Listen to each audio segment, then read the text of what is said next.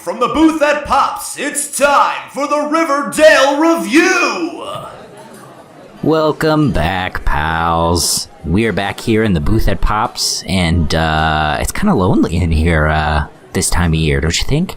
I don't know. I mean, I'm here with you, so I don't feel that lonely.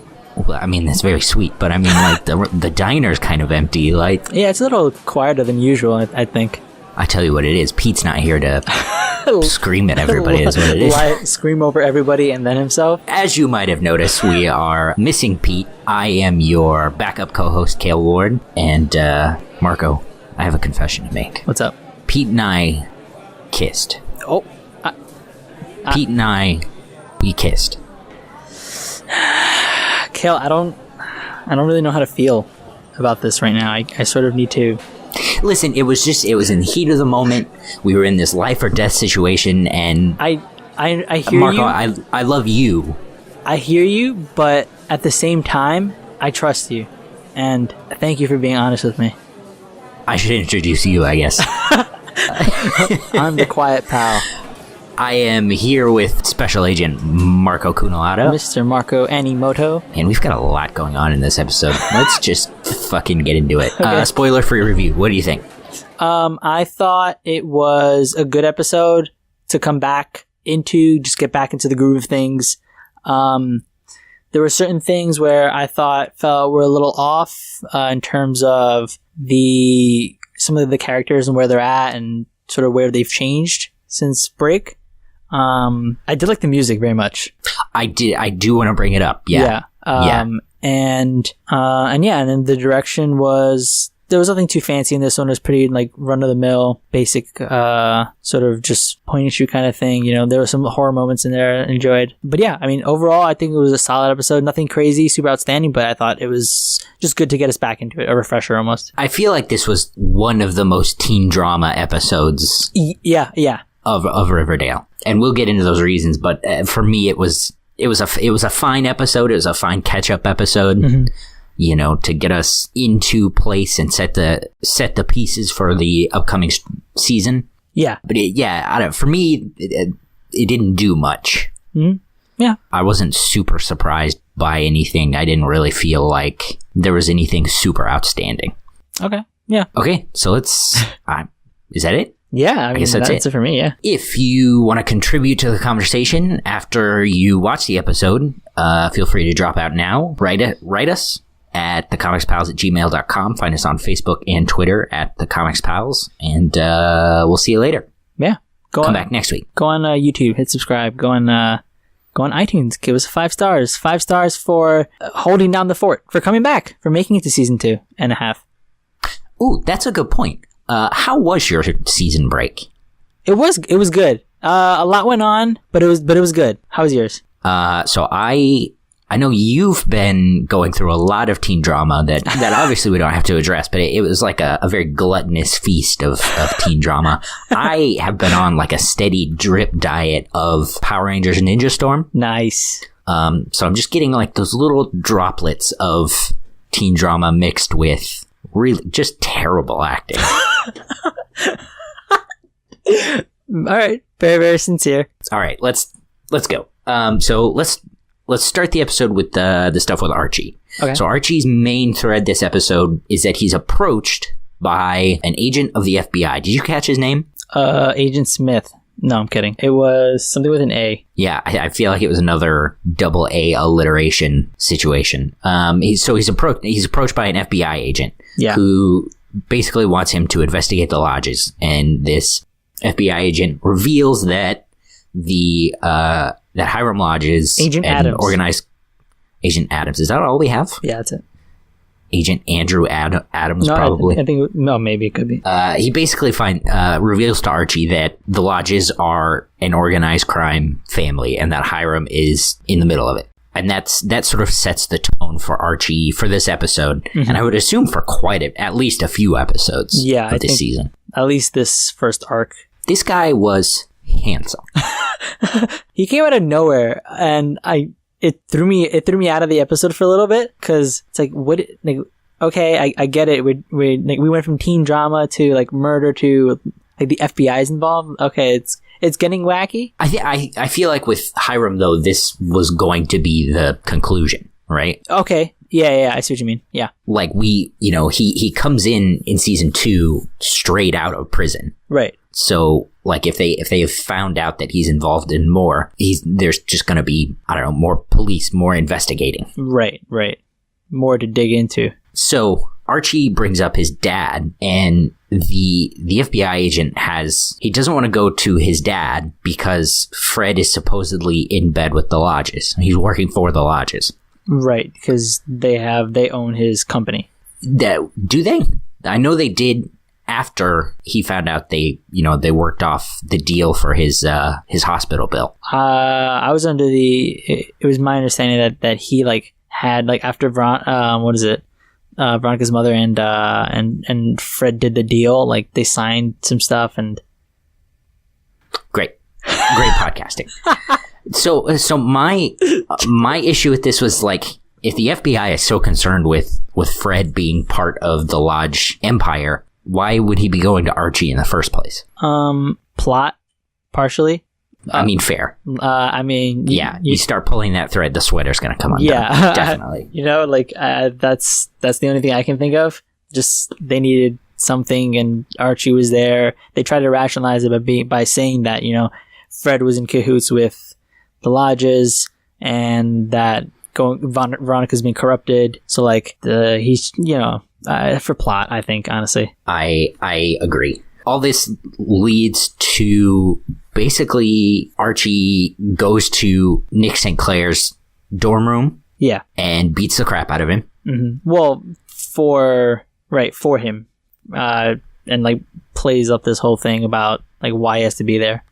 So he plays it up with the excuse that he wants retribution money for Cheryl because she got rid of the hush money that the St. Clairs gave originally, the Blossoms. Yeah. Archie goes as far as asking for double.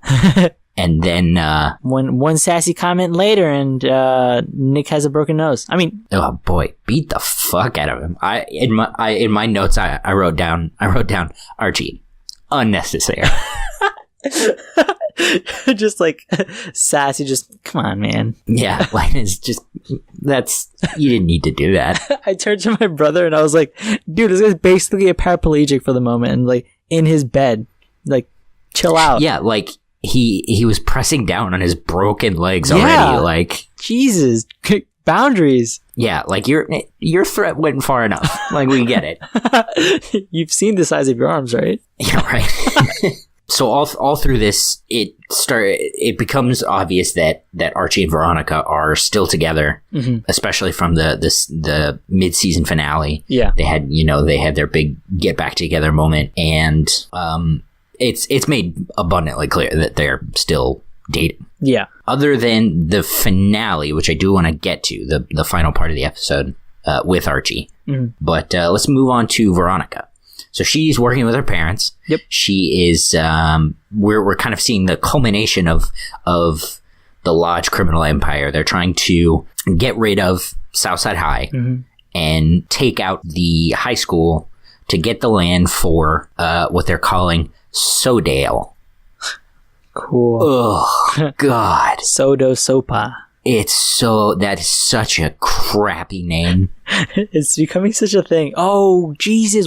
Who was it? Was it Olivia? Is gentrification the enemy? Well, yes, but I don't know what you're referring to. There was an episode where we had on a guest, and it turned out we sussed that the true villain of this show is gentrification. Oh, I would bet that's Olivia. I would put money on that being Olivia. I'm pretty sure it was with her, and that was the conclusion. Veronica is basically tasked with keeping the peace between the students from Southside High, namely the Serpents, and Riverdale. Mm-hmm. And it does not work. Surprise. Yeah, I had a lot of issues with the gang relations in this episode. We're led to sympathize with the Serpents, and the football team really came across to me as just another gang. Yeah, like a school, just a school gang. Yeah, I found that the principal banning the jackets Oh, Weatherby? Yeah. for the Serpents, but not the football players. Really just like one-sided, like especially after the Red Circle incident. Yeah, right? Like, what are you doing?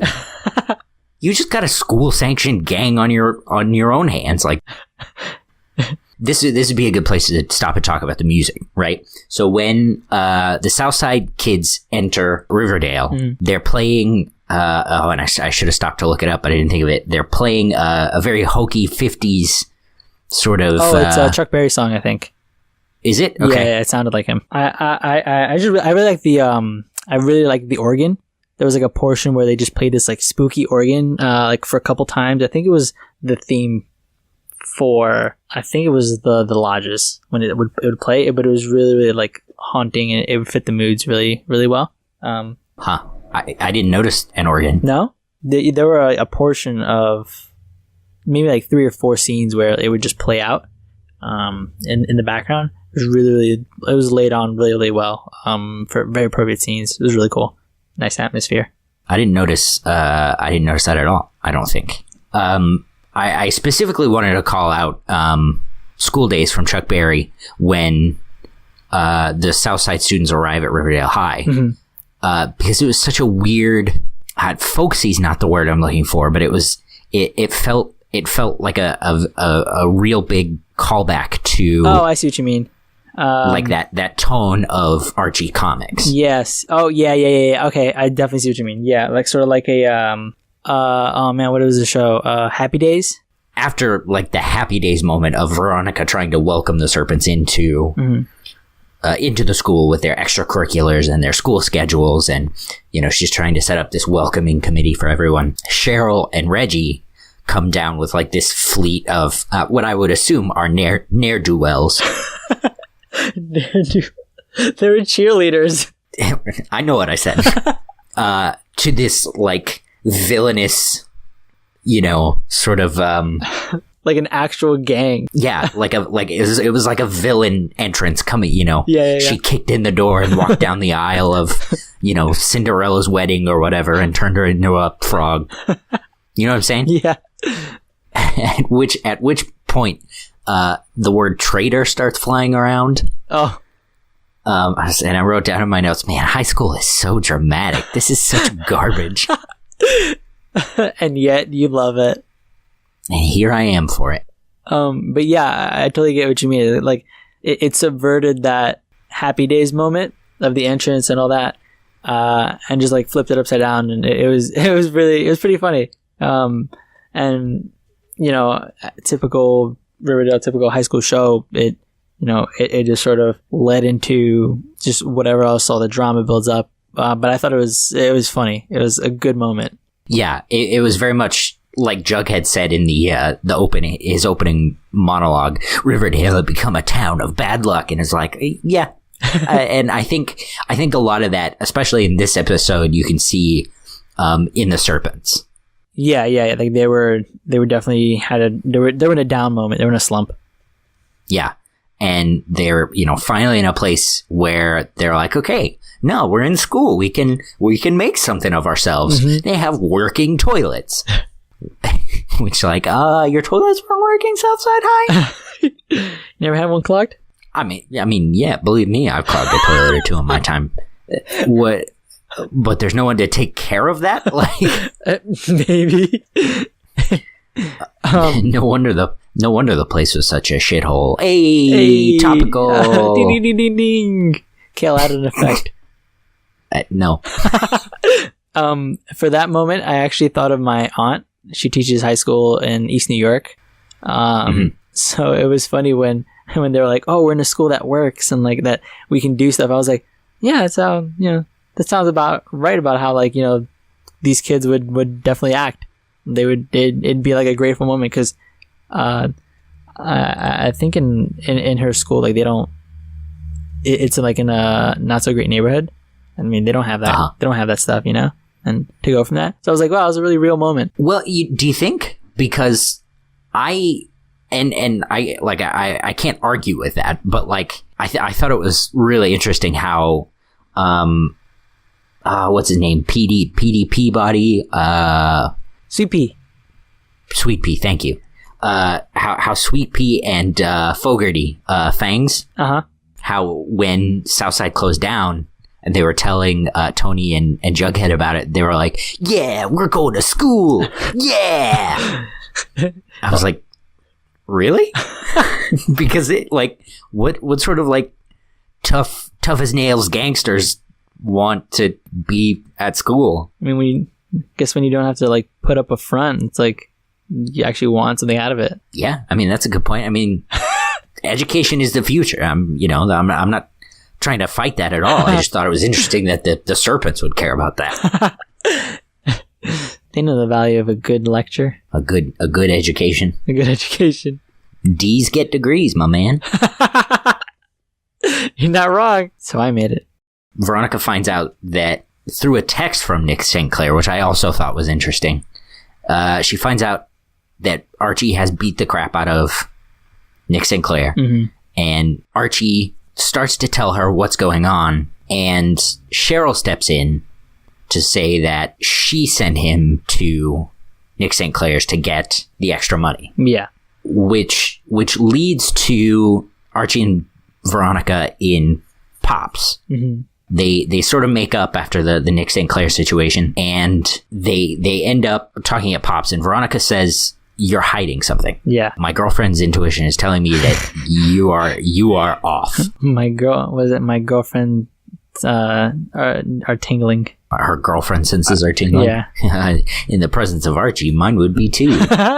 At that point, Archie talks about his kiss with Betty. Ooh. And that Cheryl was blackmailing him. Yeah. Because she happened to see that moment. Well, I mean, not happened to see. It was a scripted moment. And, of course that's what was going to happen on... Stop pulling in the thread. Especially on a teen drama like Riverdale. Stop it. Let me love the drama. So I had a thought about this, right? So Archie tells her about the kiss, and, just like we dramatically reenacted, she forgives him and she believes him. Yeah. But we don't know about that on Betty's side, right? Like where she stands with it all? Or yeah. Like if Veronica's okay with Betty? Well, both. Toward the beginning of the episode when Archie and Veronica break into the lounge room and they're making out or whatever, Betty gives Archie like the longing, her longing puppy glance.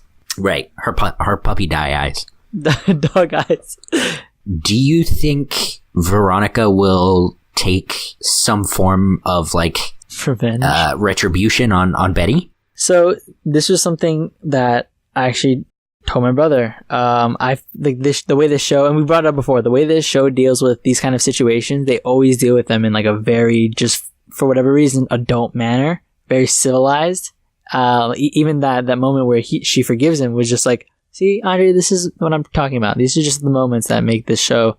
He's like, and he asked me, so then where does the drama come from? I was like, that's a good point. Yeah, it seems like the drama comes from the anticipation of what of what we think is going to happen.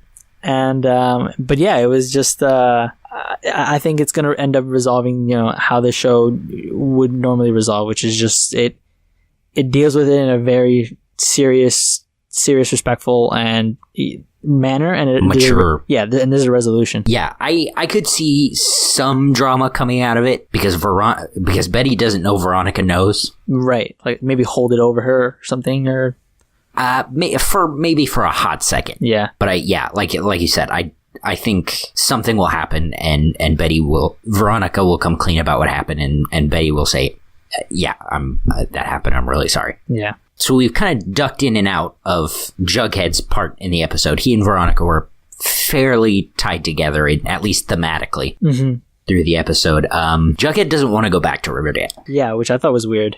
So he addresses that he feels more at home at Southside High because he is spending more and more time with Tony. He's getting to write more, and it seems like he's, fitting in a lot better with the rest of the Serpents.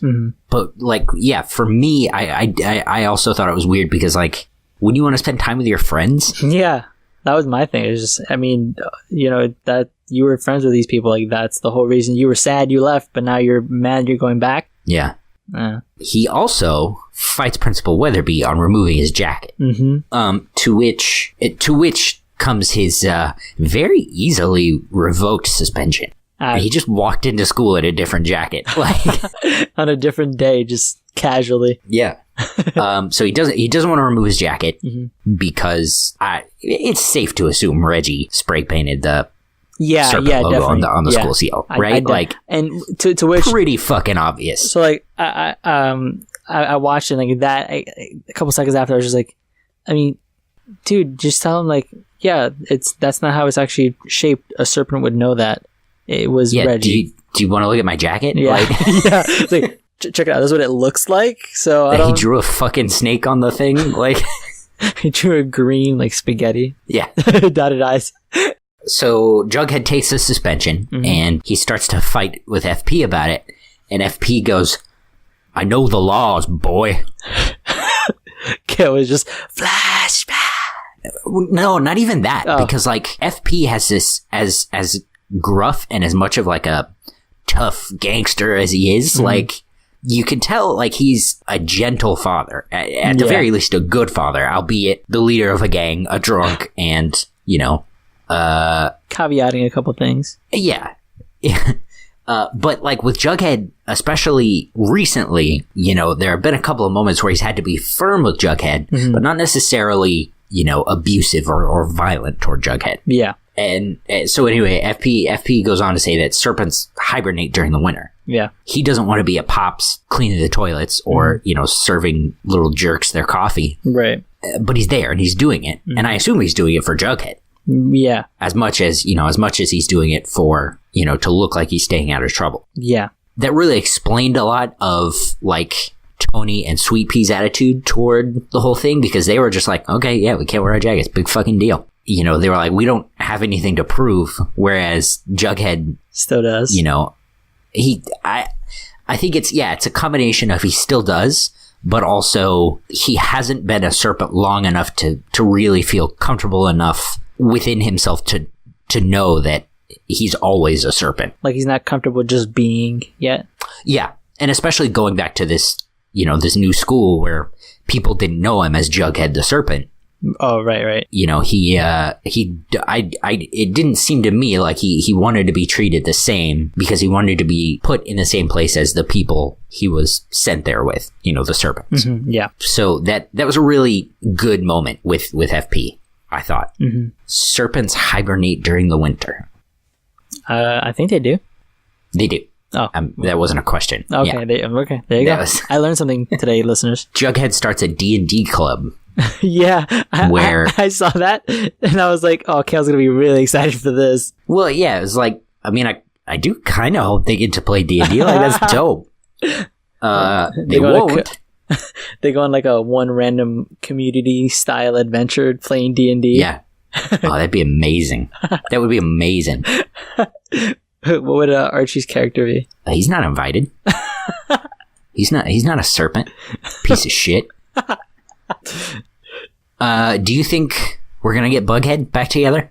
Yeah, I think so. Eventually, once Jug deals with his stuff of just being comfortable back in this old environment or old new environment, and once Betty deals with her stuff. Do you think Betty is gonna deal with her feelings for Archie again this season? I so wanted to.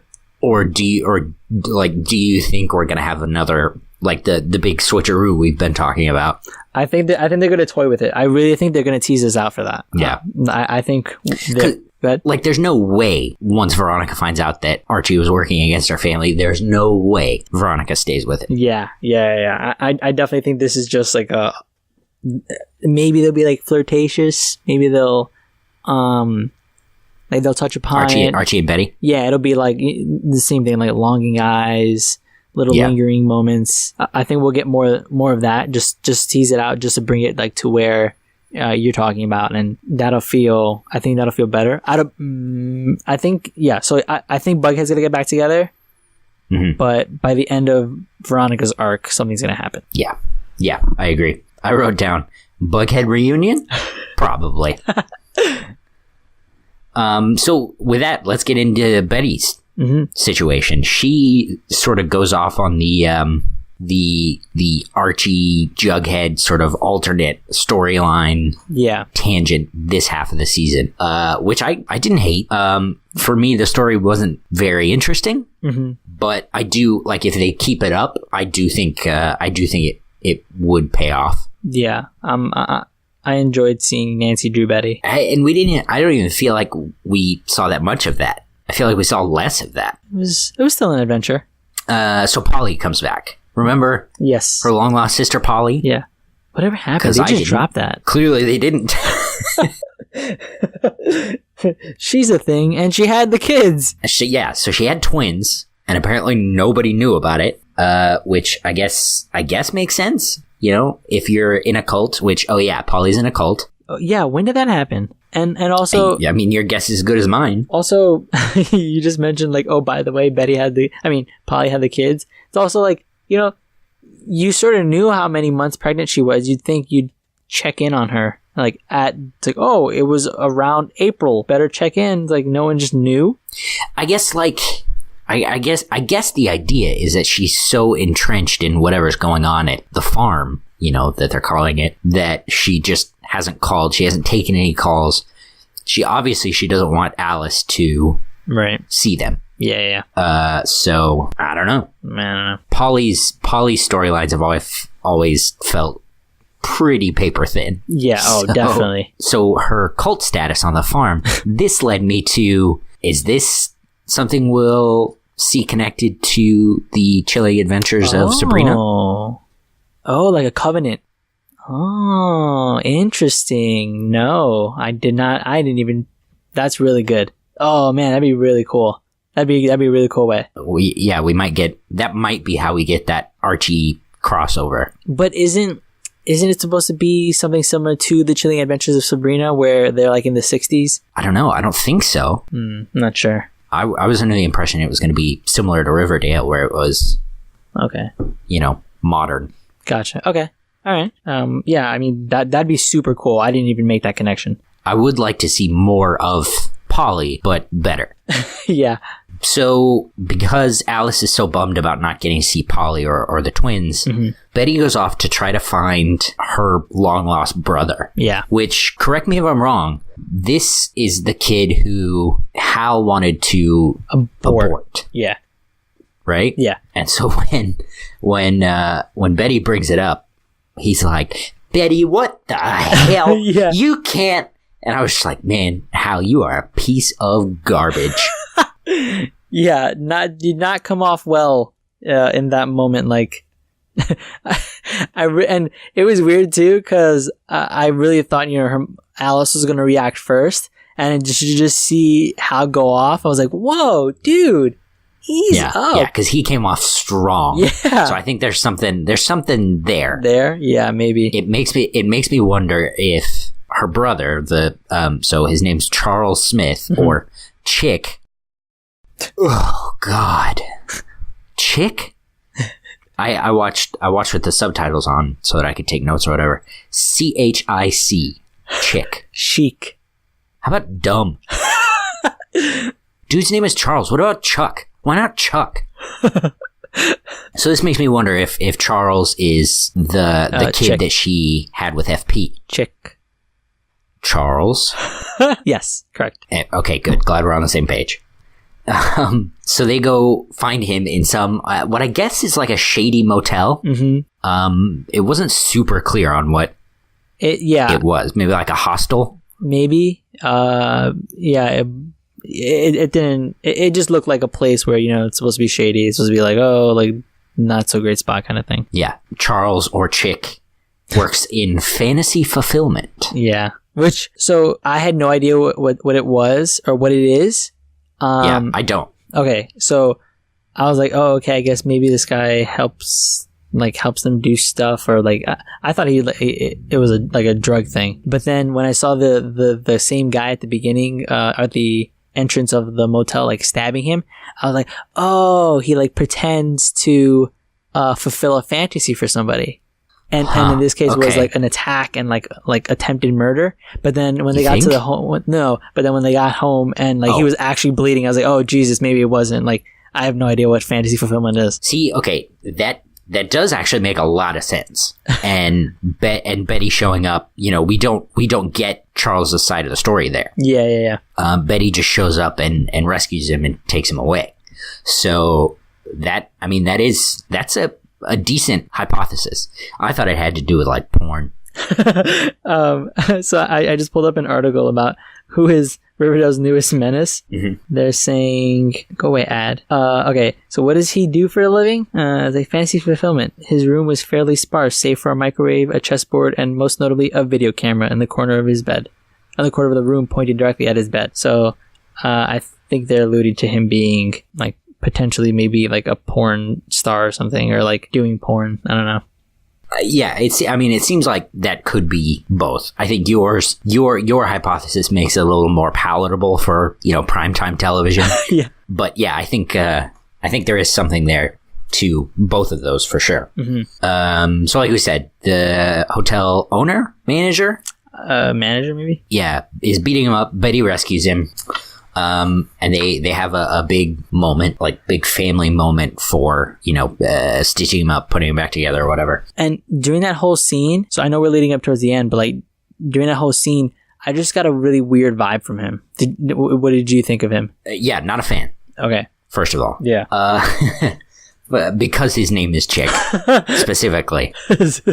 Okay. I'll raise you this. What's with the Coopers and being both heavy sleepers and sneaky? What? Heavy sleepers? So Betty, twice, people in her house in this episode just walk into her room while she's asleep. Oh, do you hear stuff like that when people walk around? I don't have people walking around in my... I live, like, other than my girlfriend, I don't have people walking around. Right. Like, so, like, no, but it's also not weird and creepy. Yeah, so her mom does it, and she wakes up, and Alice is just sitting there staring off into the distance, I guess, assuming that Betty will wake up eventually and they'll talk about it. Yeah. And then, yeah, like you said, the very end of the episode... Charles is walking up very, you know, creepily toward Betty, who's in bed. Mm-hmm. We have Jugheads narration basically telling us, oh yeah, this is a bad guy. He's going to do something to Betty. Mm-hmm. Oh no. What has she done?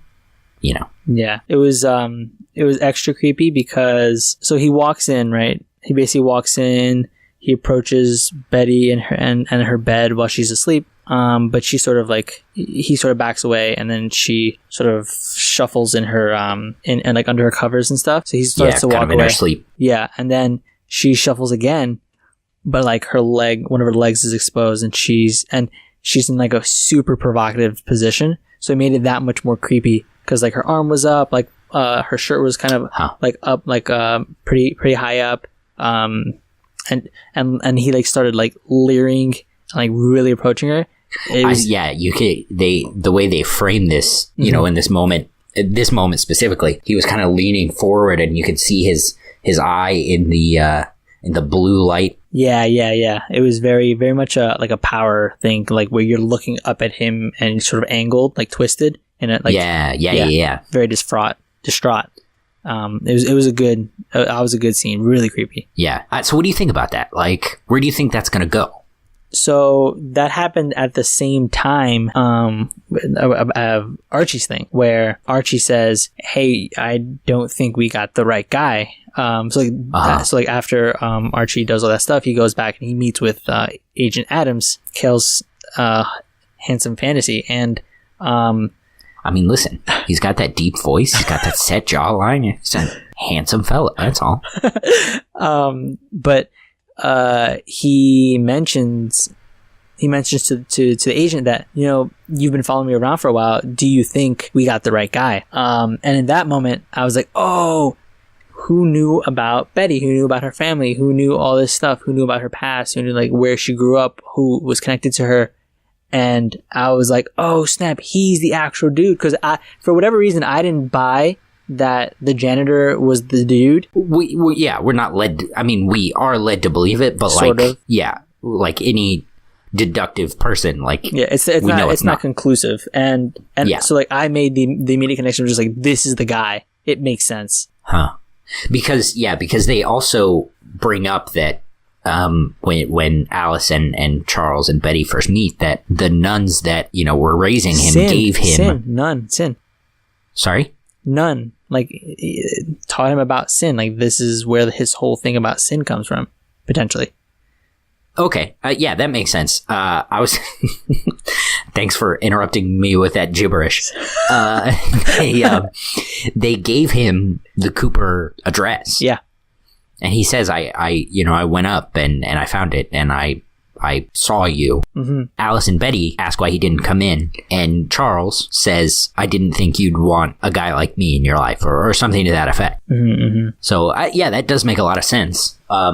Since we're here... Did you make that connection at all? Or it feels like a misdirect to me. I think he will be a villain. Mm-hmm. I think there is something there, but I think it'll be another misdirect. Okay. If I base it solely on my Hal hypothesis, where Hal is the Black Hood, I think that Charles will be the one to sniff him out.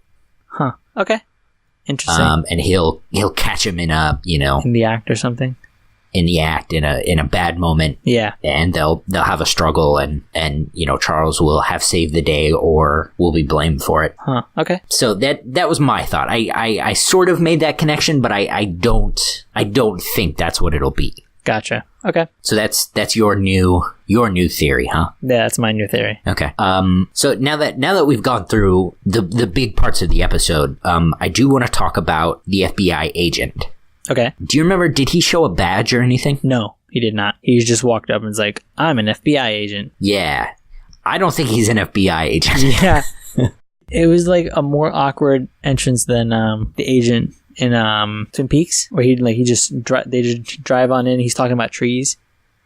Cooper? No, yeah. This is way different than that. I don't know. I got the same. Way different from that. I got the same vibe. I don't see that at all. All right. I think this is someone. I don't think he was hired by Lodge. I don't think he's a Lodge employee. Mm-hmm. But I do think he very likely is from someone who is looking to get the lodges.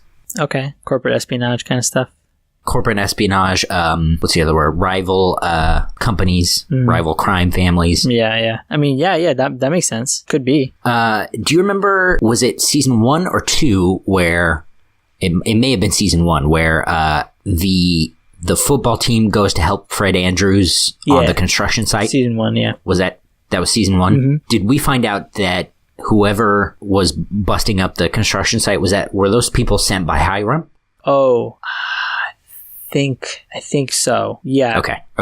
Yeah, never mind that hypothesis then. Why? You think it was like those same people if it wasn't Hiram? Yeah. Okay. Yeah. Okay. My thought was, maybe this is someone who has been sort of trying to get at Hiram throughout the series. Mm-hmm, mm-hmm. Okay. But yeah, I don't. Now that that's true, I don't think that that's what it is. So I don't know. I also sort of thought, well, maybe this guy's the Black Hood, because there were also points in the episode, especially the beginning, where someone was taking pictures of Archie and Veronica, and then Archie. Only Archie. Yeah. So so I'm wondering, we know that whoever the Black Hood is / was following Betty and knew about all the stuff she was into. Mm-hmm. I'm wondering if this, quote unquote FBI agent is the Black Hood. Why would he have it in for Archie now? Someone new, someone, connected. Wasn't his whole thing Betty? Well, sure, but I mean, he could move to Archie just as much. Archie's small town golden boy. Maybe. I don't know. I kind of feel like it was Betty specific, I think. I don't know. It could be. It very well could be. And moving to Archie would make it even more, how better to torture Betty than to move to Archie. I can see that. Let's talk about Cheryl real quick. Yeah. Her storyline was very vulnerable. Yes. I feel like that's where her character's been. It was another moment, which we've talked about previously, especially I think it was in the car race episode. Okay. Yeah. where she had these really vulnerable moments, but to me, they still felt very manipulative. Oh, okay. So for me, like, when she tells Archie that, Nick St. Clair went after Veronica before he went after Cheryl, that felt very, Cheryl, come on. It was one of those moments where, like, boy who cried wolf, right? Like, you've done so much lying and manipulating. Am I really supposed to believe that you didn't do that on purpose? I don't know. I mean, that was also like a super serious topic for her specifically. Yeah. Yeah. I don't think she would treat that lightly. And and along that same line, I don't think she would treat that lightly for someone else. Right, exactly. Someone she considers a friend, no matter how much of a dick she is. Yeah. Definitely. I don't know, but it still felt that way. I think moments were like when she got the money and gave it to her mom was sort of manipulative in that sense. Yeah, her relationship with her mom is just, that stuff is buck wild. Yeah, that's just them trying to upend the other. Yeah. Her whole thing there is she's definitely got less of power, less hand at home, Mm-hmm. She started this season where she was like the iron fist of the Blossom family, and now Mrs. Blossom has gone out and started like definitely prostituting herself. Which I thought was such a weird move. I mean, she says that, she has been sort of taken care of her whole life. We know she's had sex at least twice, It's one of those things that's like, if you've been in this situation for so long. Does she know her way around a lodge?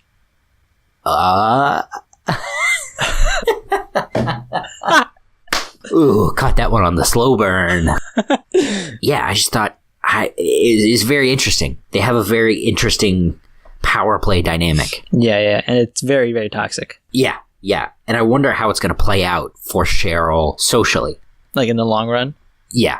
Okay, yeah. Because Riverdale, as progressive as it seems to be, also very much isn't. Yeah. Unless it benefits them. Right, if it plays to their hand to some extent. Yeah, I can't imagine that they would take well to an esteemed member of town hoeing herself.